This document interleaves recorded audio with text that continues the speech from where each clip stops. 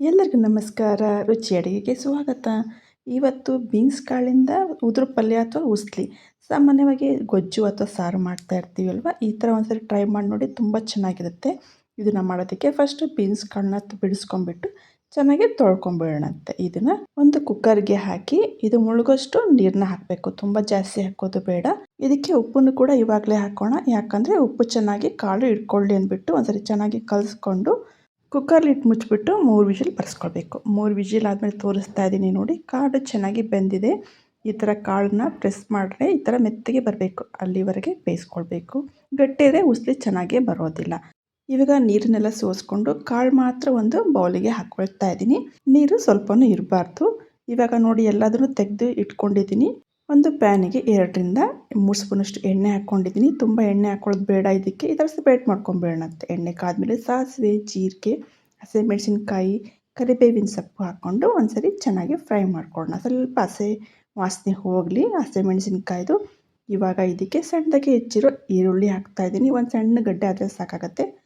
ಇದನ್ನು ಚೆನ್ನಾಗಿ ಫ್ರೈ ಮಾಡ್ಕೊಳ್ಳೋಣ.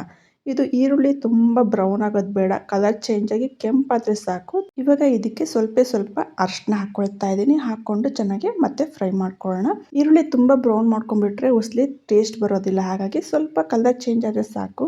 ಇವಾಗ ಇದಕ್ಕೆ ಸ್ವಲ್ಪ ಉಪ್ಪನ್ನ ಹಾಕ್ತಾ ಇದ್ದೀನಿ. ಕಾಳು ಬೇಯಬೇಕಾದ್ರೆ ಉಪ್ಪನ್ನ ಸೇರಿಸಿದ್ದೀವಿ, ಹಾಗಾಗಿ ನೋಡಿಕೊಂಡು ಹಾಕೋಬೇಕು. ಒಗ್ಗರಣೆನ ಚೆನ್ನಾಗಿ ಬಾಡಿಸ್ಕೊಂಡಾದ್ಮೇಲೆ ಬೇಯಿಸಿರೋ ಕಡಲೆಕಾಳನ್ನು ಇದಕ್ಕೆ ಸೇರಿಸ್ಕೊಳ್ಬೇಕು. ಇವಾಗ ಚೆನ್ನಾಗಿ ಇದನ್ನು ಮಿಕ್ಸ್ ಮಾಡ್ಕೊಳ್ಳೋಣಂತೆ. ಒಗ್ಗರಣೆ ಜೊತೆಯಲ್ಲಿ ಎಲ್ಲ ಚೆನ್ನಾಗಿ ಮಿಕ್ಸ್ ಮಾಡ್ಕೊಂಡಾದ್ಮೇಲೆ ಇದಕ್ಕೆ ನಿಂಬೆಹಣ್ಣಿನ ರಸ ಮತ್ತು ಸ್ವಲ್ಪ ಕೊತ್ತಂಬರಿ ಸೊಪ್ಪನ್ನು ಹಾಕ್ತಾಯಿದ್ದೀನಿ. ಇದನ್ನು ಕೂಡ ಚೆನ್ನಾಗಿ ಮಿಕ್ಸ್ ಮಾಡ್ಕೊಂಬಿಡಬೇಕು.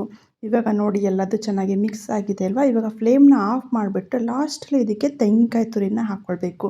ಫ್ಲೇಮ್ನ ಆನ್ ಮಾಡಿಕೊಂಡು ತೆಂಗಿನಕಾಯಿನ ಹಾಕಿಬಿಟ್ರೆ ಏನಾಗುತ್ತೆ, ಅದರ ಹಾಲಿನಂಶ ಎಲ್ಲ ಹೊರಟೋಗಿ ಒಂಥರ ಫ್ರೈ ಮಾಡ್ದಂಗೆ ಆಗುತ್ತೆ. ಆವಾಗ ಟೇಸ್ಟ್ ಚೆನ್ನಾಗಿರೋದಿಲ್ಲ. ಹಾಗಾಗಿ ಫ್ಲೇಮ್ನ ಆಫ್ ಮಾಡಿಬಿಟ್ಟು ತೆಂಗಿನಕಾಯಿ ತುರಿನ ಹಾಕ್ಕೊಂಡು ಮಿಕ್ಸ್ ಮಾಡ್ಕೊಳ್ಳಿ. ಇವಾಗ ಇದು ತಿನ್ನೋದಕ್ಕೆ ರೆಡಿಯಾಗಿದೆ. ಇದು ಊಟದ ಜೊತೆ ನೆಂಚ್ಕೊಳ್ಳೋದಕ್ಕೆ ತುಂಬ ಚೆನ್ನಾಗಿರುತ್ತೆ. ಮಾಡೋದಕ್ಕಂತೂ ತುಂಬ ಸುಲಭವಾಗಿದೆ ಅಲ್ವಾ. ಈ ರೆಸಿಪಿ ನಿಮಗೆ ಇಷ್ಟ ಆಗಿದ್ರೆ ಶೇರ್ ಮಾಡಿ, ಲೈಕ್ ಮಾಡಿ, ಕಮೆಂಟ್ ಮಾಡಿ. Thank you.